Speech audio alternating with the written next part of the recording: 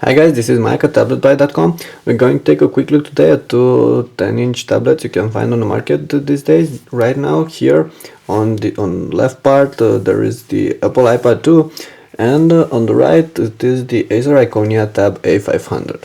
Both these are pretty similar priced devices. The iPad goes for $499, the cheapest version, and this one goes for $449. Going to take a quick look at this and see which one is actually the better pick right now. First, let's compare these in terms of size.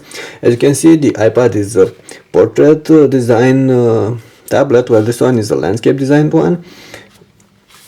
You can see that putting them one on top of the other, the iPad is wider. It is shorter though, and it is definitely thinner. You're going to see this. This one is a little bit bulky. Also, in terms of weight, this one weighs 1.32 pounds, and this one weighs like 1.6 pounds, 1.7 pounds. So definitely feels a lot heavier, this one. In terms of overall use, I believe this one feels quite comfortable. You can easily hold it like this. Back is covered in aluminum with this plastic sides here, which allow better grip, and this straight edges here allow you to actually hold it quite comfortably like this. While the iPad is covered in aluminum, on the back is definitely thinner. It is also lighter. However, these sharp edges make it kind of uncomfortable to actually hold it like this for a longer time. But this is why I recommend getting a case for the iPad. That's what I do, and it will make it more comfortable to use on a daily basis. Let's take a quick look at the ports. As you probably know, the iPad has the power button right here on top with volume rockers, and this button for locking the screen here on the side, and on the back there is the docking connector. On the bottom there is the docking connector. This is pretty much all you can get, while on this one you get more things. You have the power button here on the side, you have the headphone jack, which you also have on the iPad here on top. So you have the headphone jack, you have an HDMI, micro HDMI slot right here. You also have on this part standard USB and micro HDMI and micro USB port. On the bottom there is the dock connector, and here there is SD card slot. So you get a lot of things on this one you don't get on the iPad. Also, let's take a quick look at the cameras. On the back, on the iPad you get this low quality camera. It shoots like 0.7 megapixel still, so this one has a 5 megapixel camera with flash. Both are able to shoot 720p content. However, colors on the iPad and details, colors are a little bit oversaturated on iPad, and details are better both for video and for stills on the Acer Iconia Tab. They also both offer front-facing cameras. On the iPad you have the camera right here on top, which is quite nice if you're going to use the device in portrait, and it's not placed the way it should if you are going to use it in landscape, because you can easily cover it with your finger. While on this one it is placed right here, the camera, which is actually nice if you're going to use it in both ways, because like this it will be quite difficult to cover it with your fingers. If you're going to use it like this, it's going to be right here on top. So better placement on the Iconia Tab. I believe this is pretty much all I should show you about the exterior. Let's have a look at the OS and software on both these devices. But first, let's have a quick look at the screens of these devices. Both come with Gorilla Glass covered front faces. Still, this one feels a little bit more better than this one. This one feels like it's covered in plastic, but I double checked it is Gorilla Glass. Well, this one feels more solid. The screen below, on the iPad you get a 9.7 display with a 1024 by 768 pixel resolution and an IPS panel, while on the Iconia Tab you get a standard LCD panel, and a 10.1 inch screen with 1280 by 800 pixel resolution. So you get better resolution on screen on this one. However, the IPS panel offers slightly better viewing angles and slightly better colors. However, differences are not that big. As you can see right here, both screens are viewable even on these narrow angles. Of course, details get more washed up faster, more washed out on the LCD panel than they get on the IPS panel on the iPad. But still, on this one you get a better resolution, which is something we actually like a lot. And I believe that despite the fact that this one is an LCD panel, it is a quite good one, definitely better than the one we saw on the Motorola Xoom, both in terms of colors and in terms of brightness. Okay, now let's take a look at the OSs. Like you probably know, iPad comes with iOS. I believe right now it's 4.3.3 version, while this one comes with Android Honeycomb 3.0, and both come with their pros and cons, with their particularities.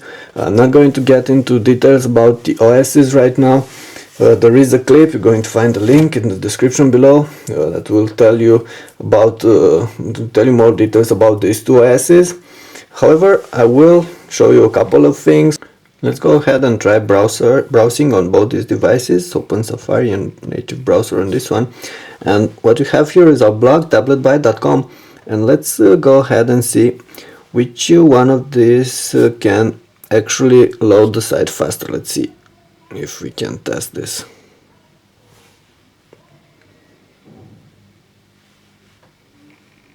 So I believe this one was actually faster, way faster actually, than the iPad in this case. You can see that on both this the site looks okay. There is this animation here, JavaScript animation. You can zoom in, zoom out like this. You can pinch to zoom. I think I pressed the link here. That shouldn't have happened. So pinch to zoom. You can scroll with your fingers and all these things. Okay, and right now I'm going to show you that this browser has some things the browser on the iPad doesn't, and among the others, this one comes with Flash support, and this means that you can play in content Flash. For instance, we have here a clip. This one can play it as well because the clip is embedded from YouTube, and that one allows HTML5 streaming. Well, this one uses the standard YouTube clip, and you can see that both should be able to play this clip quite okay.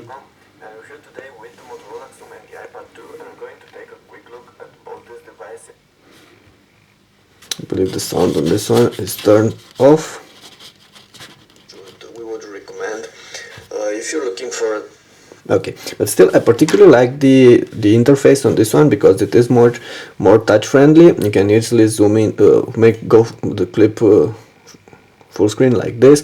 While in this one you have to press this tiny icon here, and then if you go back you have to press this even smaller icon. But definitely this one allows more options. And for instance, if you're going to go on a site that uses Flash, which I believe it is honda.com, you're going to see that the browser on not on Google, it should right here.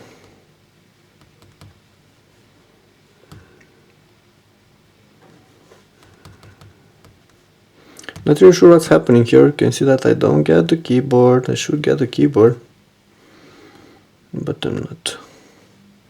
Let's go back.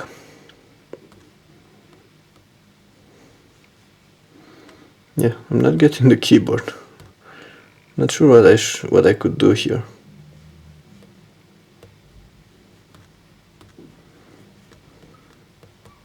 Okay. Honda.com.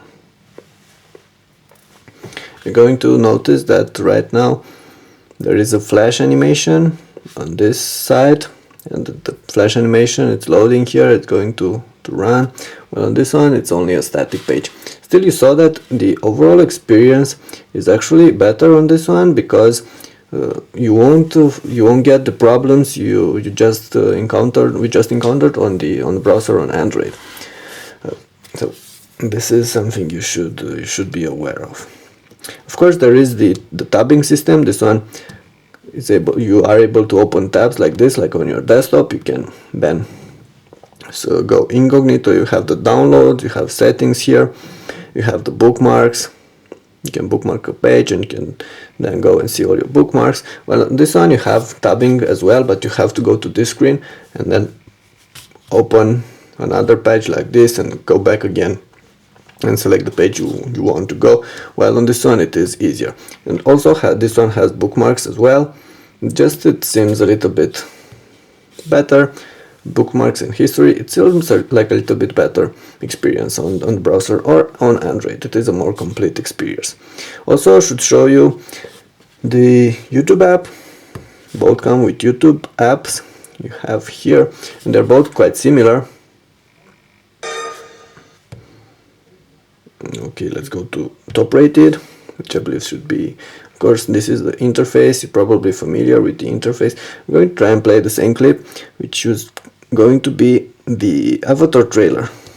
I really like that movie. Avatar trailer. And you also saw the keyboards. They're pretty much the same in layout. I find the one on the iPad a little bit more comfortable, and should be this one. Okay, has stopped working. Well, this is the problem with Android right now. That won't actually happen on iOS. Wait for the Android. Avatar trailer should work this time. Okay, it actually is not working. Let's try it one more time, and hopefully we can get it to work. Yeah, so we'll have to restart this.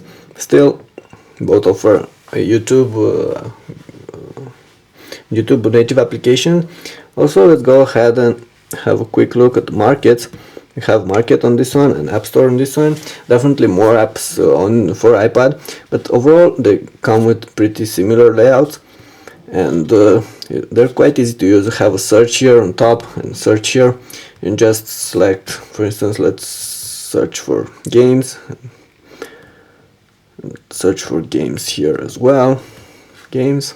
We have for iPad, we have like 16,000 applications results, and these are all the results for all the Android devices. But for instance, for iPhone we have like 65,000. So definitely more games, for more application actually for the iPad right now than for any other Android devices. But this is something we already knew. Should also tell you a couple of things about how you can add files on both these devices. Like you probably know, on iPad you're stuck with iTunes. You have to use iTunes for pretty much all the things you need, and iTunes comes with a lot of limitations, and this is a problem, especially if you have your content on the device, you don't have it in your iTunes account, and you want to add it to your iPad or any other Apple device. However, on this one it's actually easier. You just have to connect to your tablet to a computer, to a PC or Mac, and you can then go ahead and add files. You're going to see the directories on the storage drive of this one, and you can add files on it just by copying or dragging them over there. It's actually easier on a PC. For Macs, you're probably going to need to install a special application that will allow you to do this. But still, it is a lot easier than getting files on the Apple iPad. Also talk about battery life on this. Both will offer enough battery life for a full day's work, so you can go ahead and use them for an entire day. But if you're going to play games on them and actually watch movies, you won't actually get the more than 10 hours for the iPad and like 6-7 hours for the Acer Iconia Tab. So better battery life on the iPad than on the Acer. In terms of prices, both go for around 500 bucks. This one, actually, the iPad goes for 499 for the Wi-Fi only 16GB version, and this one goes for 449, so 50 bucks cheaper for the same 16GB wireless only model. Of course, this one comes with more ports. You can easily extend memory, and you have Android on it, which means you can add all kind of application. You can customize your interface easily.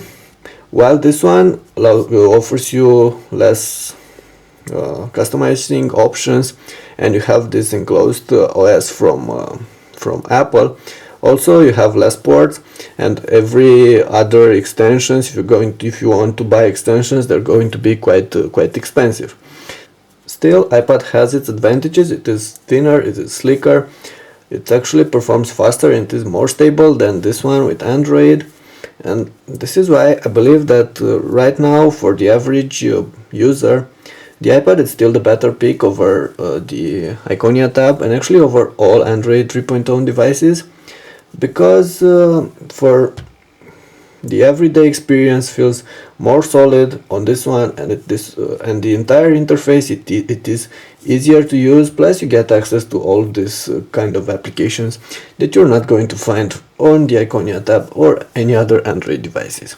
Still, if you want Android, this is a very good option as well, and you should know that there are some other options for you, like the Motorola Zoom, of course, and the one which we consider the best right now, the ASUS iPad transformer. I believe this is pretty much all right now with the iPad 2 and the Acer Iconia Tab. For more details, you should go on the site on tabletbyte.com. We're going to find the entire comparison between these two, plus reviews and details about these two tablets and some others. Thank you. That was Mike at tabletbyte.com. Thank you for watching.